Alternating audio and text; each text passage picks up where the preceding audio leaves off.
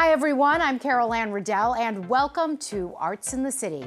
The sizzling summer heat is here and so the beach beckons. Our Andrew Falzone heads to Queens to explore a seaside escape that feels worlds away.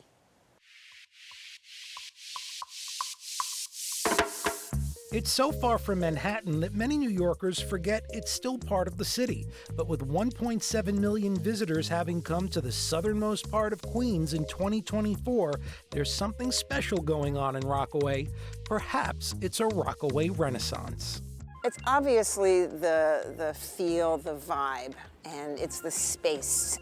Claudia Bloom is a Manhattan transplant who has lived and worked in Rockaway for nearly a decade. She's also the owner of Rock Locations, a location scouting company that helps connect the media world with the unique scenery Rockaway offers, making her the perfect Rockaway guide for our visit. I don't find the peninsula beautiful and upscale. I find it hip and gritty and fun, and it drew me because of that. I like sort of that grittiness, the colors, the textures. An urban beach vibe that Claudia connects clients to, whether it's a Madison Avenue ad agency or a Hollywood production. I've had calls from LA and from London, and you don't have to go to Montauk to get my surf shop. You don't have to go to the Hamptons to get my giant houses on the beach. I have a little bit of everything here. And it's that variety that brings not only major production, but local tourism to the peninsula. And in large part, that's thanks to the Rockaway Ferry, which has augmented the A-Train subway service with which the community has a love-hate relationship. The ferry not only gives us another option to get in and out of the peninsula, but a beautiful way to travel. I mean, the first few times I took it, I was up on the roof, and I felt like I was going on vacation. Connecting Rockaway with Wall Street's Pier 11 in just under an hour, the Rockaway branch of the New York City Ferry started in 2017 and operates on a schedule that mimics military precision. Upon arrival, some hit the beach, but those longing for a long weekend can head to the Rockaway Hotel. We needed something a little more upscale. We needed something, you walk in and it's sort of an ah moment. Opened in September 2020, the Rockaway Hotel weathered the pandemic and is now thriving. Even those who are not guests at the hotel can enjoy rooftop views and a great meal at Margie's, the on-property restaurant. They have a beautiful pool that's open year-round. You can use it as a local for a day pass, go and use the pool. But for those who crave a wave, the beach is only a 5-minute walk. Rockaway Beach also boasts the only surfing beach in New York City, and best of all, there's 3 of them, and surf schools if you need a lesson. Now, with all these things to do and places to see here in Rockaway, you're probably going to work up an appetite. Don't worry, we've got you covered too with some food spots that are uniquely Rockaway.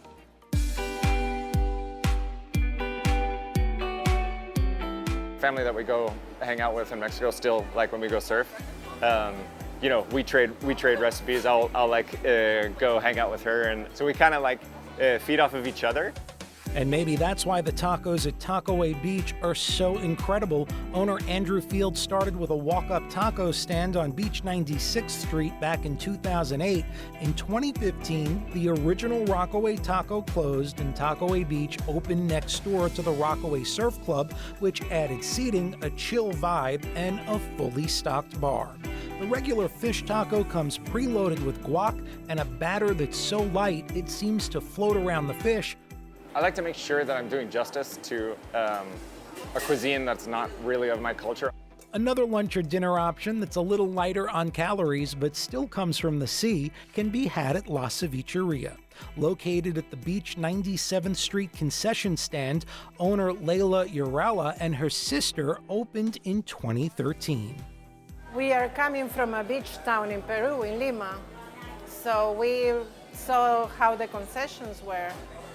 And then we were like, we should have ceviche here. You know, ceviche is part of the beach culture in Peru. Perhaps the highlight of the menu is the 97th Street Special. Layla showed us just how she makes the nutritious, delicious stack. The base is causa, a mashed golden yellow potato native to Peru that's mixed with lime juice and other traditional flavors. Just above that is a helping of organic quinoa, which is then crowned with the main event, ceviche mixto, which includes generous shrimp and white fish, which have been marinated in a lime-based citrus soak. Nowadays, people have more access to know what ceviche is, so they're not that impressed. What they are impressed is to have a cevicheria on the boardwalk in New York City. Like they think, oh wow, this is different. For a sweet treat to end your day, Mara's Ice Cream Shop is locally owned and has fun flavors like campfire s'mores and peanut butter caramel dough. And if the Rockaway Ferry is taking you home, Andrew Field has one more piece of advice. That ferry is probably the best bar in New York. You can grab a beer for $5 and you can sit on the roof deck and you leave the city and you're watching the skyline. I'm Andrew Falzone for Arts in the City.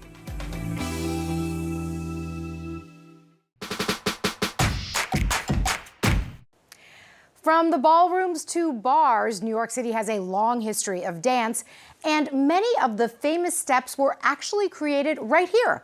Our Donna Hanover waltzed on over to the Museum of the City of New York to check out their new exhibit, Urban Stomp. If you don't think of museums as a place to go dancing, think again. You can cut loose these days at the Museum of the City of New York. It's part of an exhibition called Urban Stomp, Dreams and Defiance on the Dance Floor. Curator Sarah Henry says it celebrates 200 years of kicking up our heels in New York. Every landmark in the city's history, every holiday was marked by a gathering for people to dance together. The dances that we might think of as being kind of upper crust, snooty dances, the same dance on a given night might be being done in a grand ballroom or in the back of a tavern or in a church hall organized by a labor union. The other curator, Derek Leon Washington, is a respected dancer and a curator with a PhD in cultural anthropology. He created the title Urban Stomp and the whole concept in earlier work with institutions and artists. So the urban is New York City, the diversity, the energy, the different types of people. The stomp is the actual stomp of the different dances, so salsa, Lindy Hop, Charleston, hustle, the dip in vogue. The defiance in the dance aspect is defying what's possible with the body. For instance, breakdancing, spinning on your head, spinning on your back, but also defying what society says you are or what you should be. And he's written a book about all this. If you want to do some dancing yourself, there are tutorials for 23 different dances on 8 screens throughout the exhibition. For example, here you can learn the Lindy Hop, or I'm more interested in the Charleston.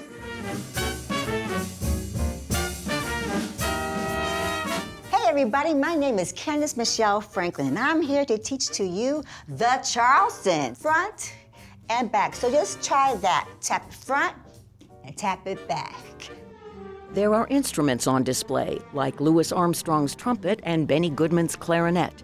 You can see how immigration influenced dance and how music was recorded to be played back. The clothes tell a story too.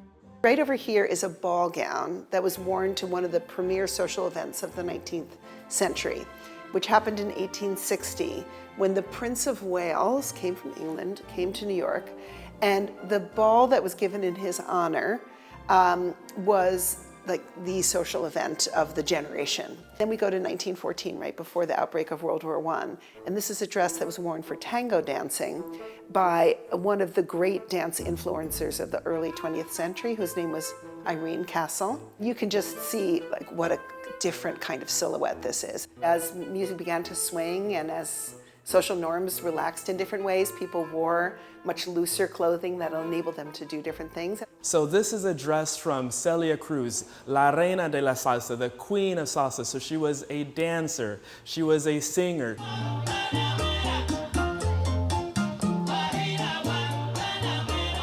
She was a bringer of different musicians and artists on the stage to create new sounds coming from Cuba like mambo, guajira, rumba, and creating something new in New York City.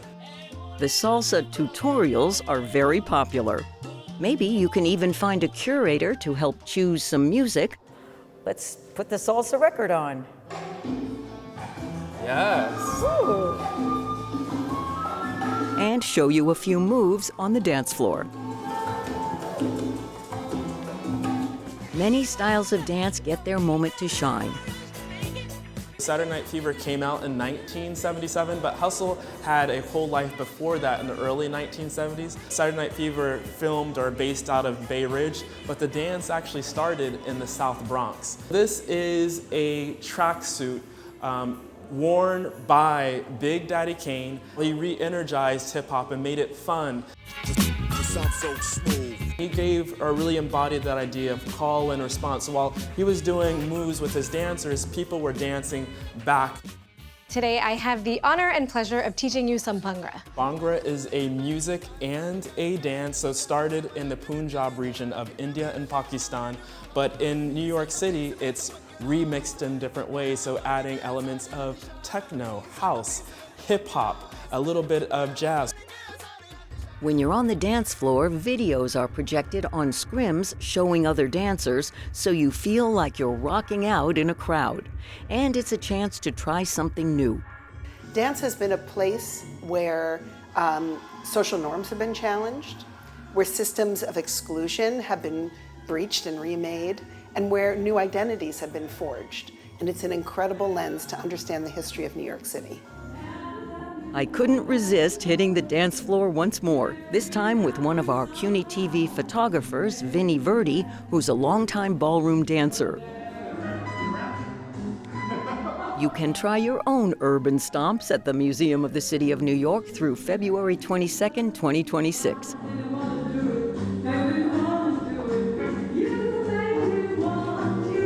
I'm Donna Hanover for Arts in the City.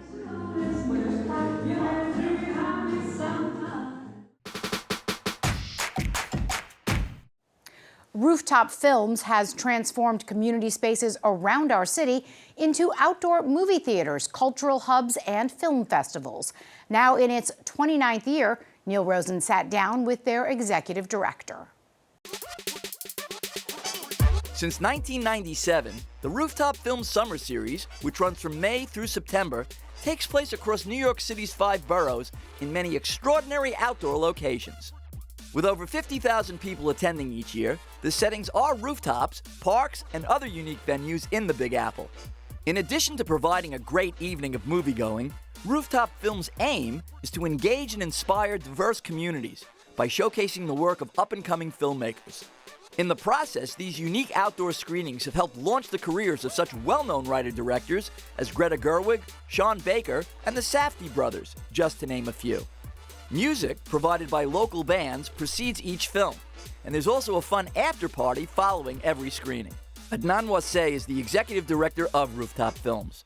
Their offices are located in the Old American Can Factory in Gowanus, Brooklyn, and they often utilize their own rooftop for their Summer Series Film Festival. What is the mission of Rooftop Films? The mission of Rooftop Films is quite simple. It's to bring communities together through cinema. We've been doing that now for 29 years, and we do that through our film festival, through our grants, and through our community engagement. Anytime we do a screening, we love to work with local nonprofits. We'll work with the parks, park conservancies, other sort of local leaders, even council members. This is the way we really work with the community.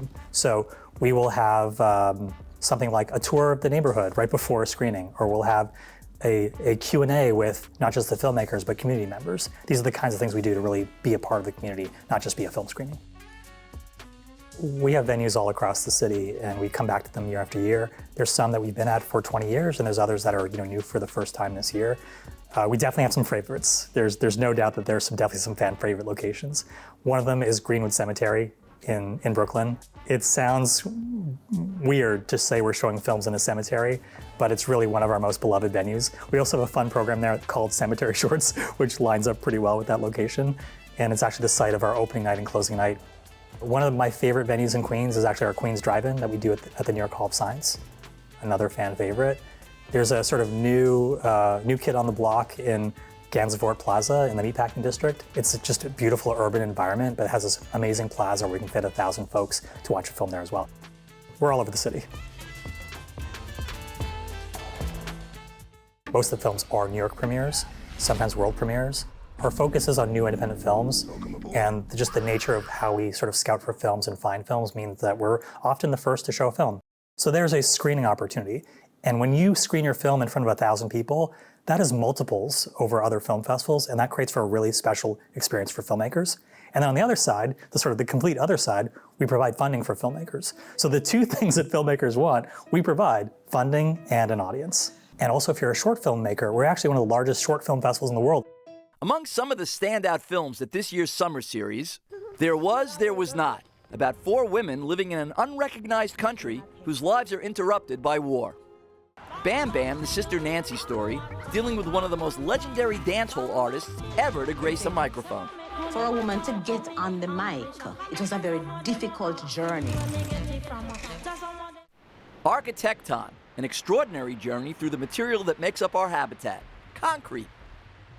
And Folktales, about a group of teenagers in Arctic Norway who must rely not only on themselves, but also on a pack of trained sled dogs. The dogs teach us to be more human.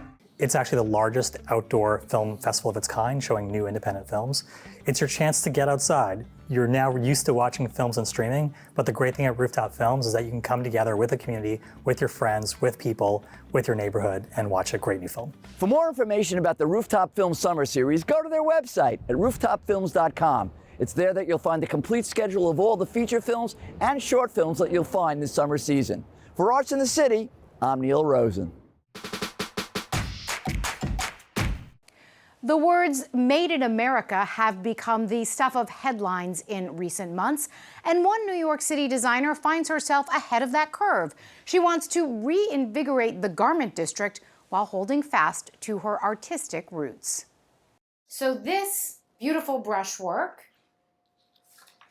we can now see in the dress. Yes. Mi-Jong Lee began as a designer in the 1980s.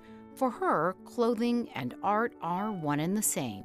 And a lot of what I do is based on my calligraphy, based on the Korean art, even when I'm inspired by Matisse or other big names, everybody says at the end, I see the Asianness in your art. It's because that's my core. What we try to do is we try to dress women. It's a functional art. That functional art presents itself in 2 clothing collections, Mi-Jong Lee and Amel, both created and produced in New York City. I've always had a vertical infrastructure, which means that everything of my both brands are produced right here. It's produced right in front of my eyes. I am a certified workaholic, but I'm here all the time. I know who cut it, I know who sewed it, I know where it's going. And that's important to me. That is the slow fashion. Mi-Jong's slow fashion approach suddenly came to a standstill with the pandemic. She explained she then pivoted to manufacturing PPE, personal protective equipment. With PPE manufacturing, I formed a New York City Manufacturers Coalition. About 4 tiny small companies banded together because we really needed to do contracts. We really needed to do volume work. It took a lot of stubbornness from me, but we did it.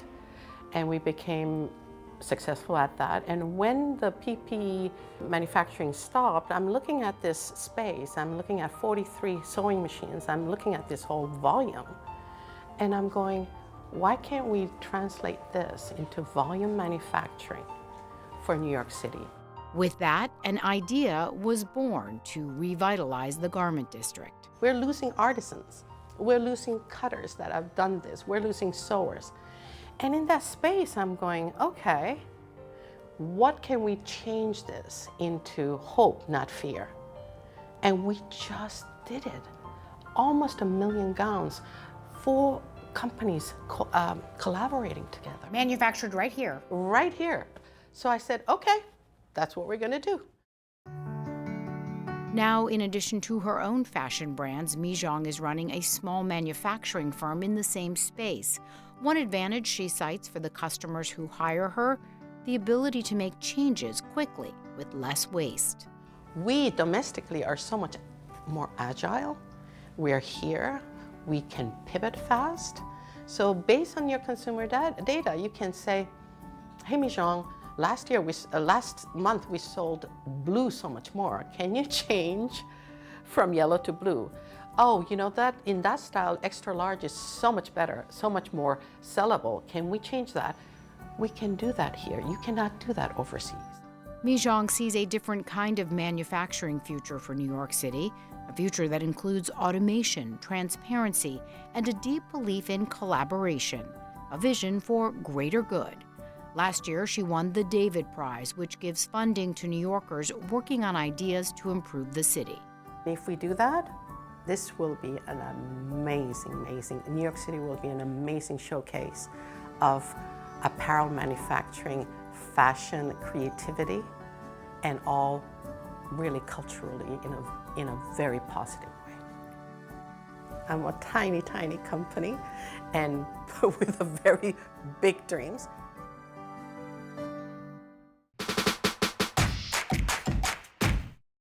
From a Detroit suburb to Broadway, Jeffrey Seller has produced some of the most iconic plays of our time, including Rent and Hamilton, both Pulitzer Prize-winning musicals.